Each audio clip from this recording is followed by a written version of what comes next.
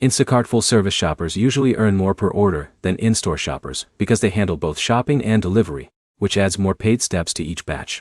By the end, you'll understand how each role is structured, what actually drives pay differences, and which option usually works better, depending on how you want to spend your time.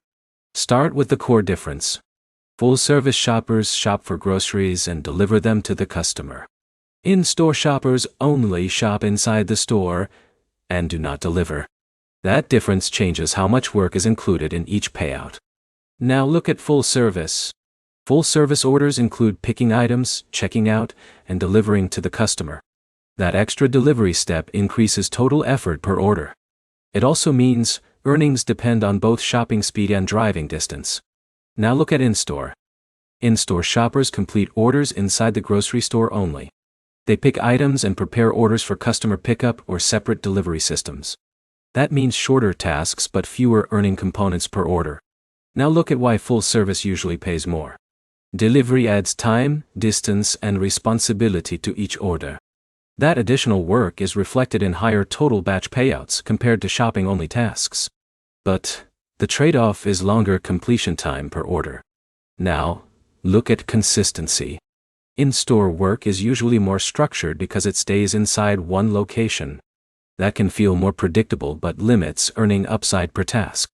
Full service has more variability, but also more earning potential per completed batch. Now look at speed versus total earnings.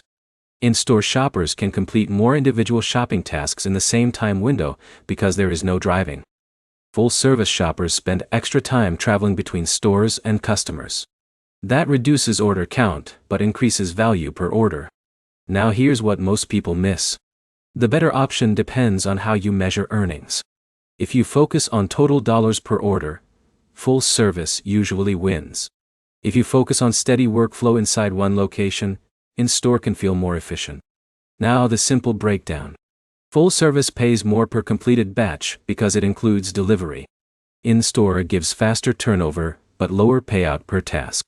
Neither is strictly better without considering how you prefer to work. Now the takeaway. Full service is built for higher earning potential per order.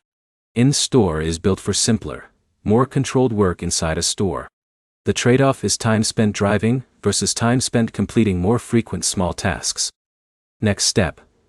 Compare how long it takes you to complete one full-service order versus 2 or 3 in-store tasks, then calculate which gives you better hourly output in your area.